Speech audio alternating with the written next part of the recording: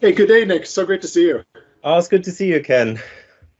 Yeah, thanks. I hope you're having a good evening in the UK there. I'm just starting my day here in Kirkland, Washington.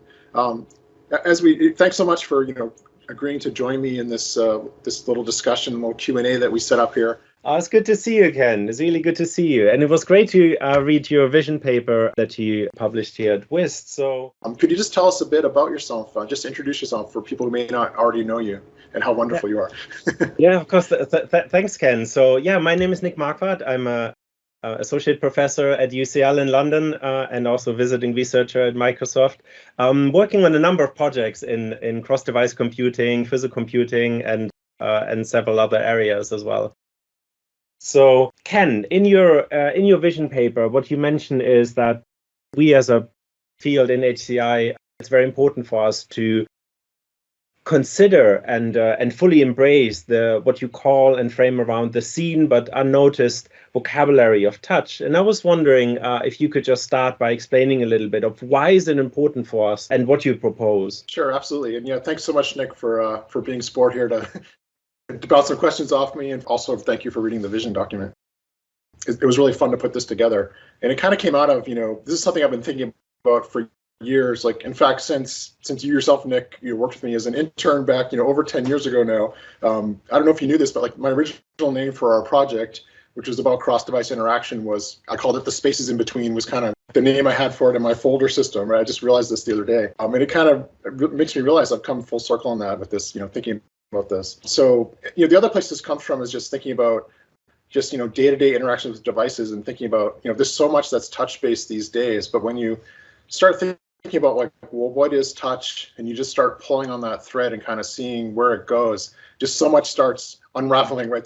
It's so much more than just the moment of contact with the screen, because we're embodied people. We live in an environment, in a world. There's multiple screens around us. They have different shapes and sizes and aspect ratios and even orientations, and there's so much that goes on between when you reach for an object, to sort of the preface for touching it, right? I reach for it, I pick it up, I do something with it, I handle it, I'm gripping it, and then that's all before I do any interaction with the screen itself. So in that sense, touch is sort of entangled with the three-dimensional physical world around us, as well as other devices. And then it gets even more interesting when you start talking about other people coming in, right? So now you have co-located collaboration, you have all the the sociological aspects of people sharing space and their personal boundaries, the way people use their interpersonal spacing and relative body orientation to as sort of an implicit form of turn taking, or to steer the focus of conversation. So all these things start playing into it. So you start with touch, and suddenly it's much of HCI sort of falls under that umbrella when you really follow that thread.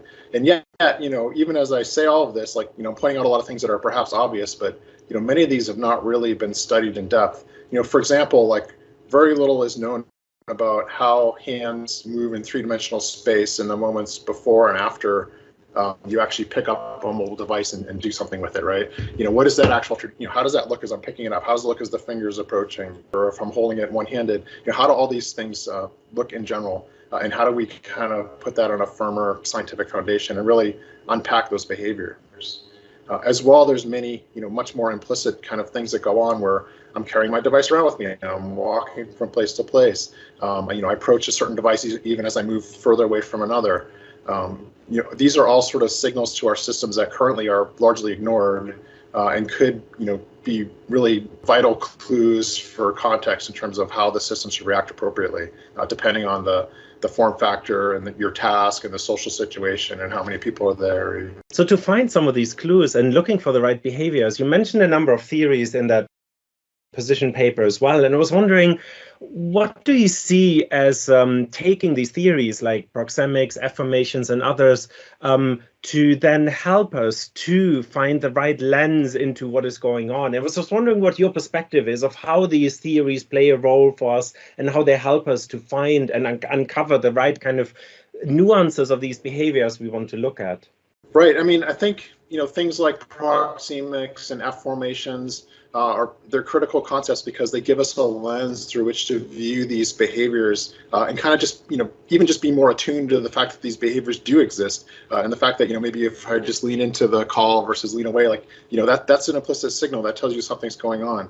So even in remote settings, I think or hybrid work settings, these attributes of people, sharing space are critical to understand properly. Yeah, you're absolutely right. In the way about how those theories both can help us to identify the kind of parameters and the kind of aspects to look at, but also help us maybe a little bit along or guiding us along to find the right kind of modalities we want to sense, and technology here or new kind of forms of sensing technology play a role for sure.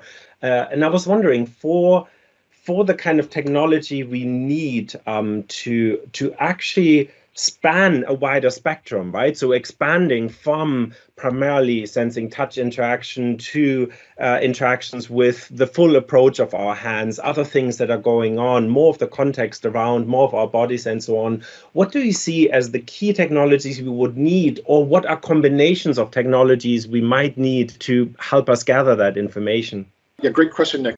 I don't really want to speculate on which, is it capacitive sensing or electromagnetic sensing or, ultrasound. I mean, there's all kinds of technologies that we could apply here, right? I think what's, maybe more critical to focus on is, it's probably not just one. There's probably a combination of multiple sensing modalities that we need to really understand these spatial relationships between people, their hands, their devices, and one another. And I think another key attribute of this is that in order for it to be practical, it probably has to be embedded in the devices themselves rather than in the environment. We've seen, quite a few fascinating research prototypes around setting up these, OptiTrack or Vicon cameras in this big smart conference room, and they're like all this cool stuff happens. You can walk up to people and the system knows it, and you can bring your devices together and the system knows it, and then you're having this great conversation, and you open the door to the lab and you walk out in the hallway, and all of a sudden you're just back in the 20th century there, right? In terms of the interaction concepts.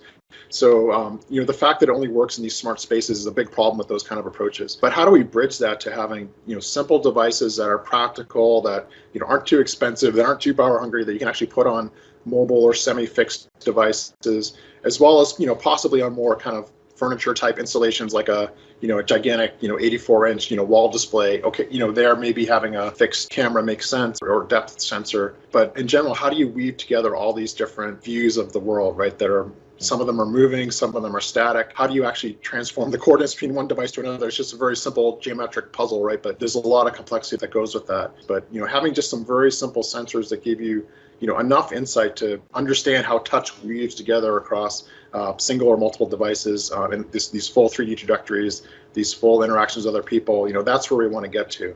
So how do we get there? Like, I think there's lots of work that could be done there, and the UIST community is probably the ideal community to actually tackle that and understand it. That also sort of gets to a related point, which is that we don't even have good ways to talk about these multiple frames of reference and interaction. Often, you see terms in the thrown around in literature like, oh, it's a posture-aware technique, or right. But then, are you talking about the posture of the device, right? Which, like, maybe you have a tiltable device like I'm using here, right, with my Surface Studio. Maybe you have something like a two-screen device where you can unfold it, and that's the posture, right? Or is it more my body posture relative to the screen? Those are two completely different coordinate systems we're talking about.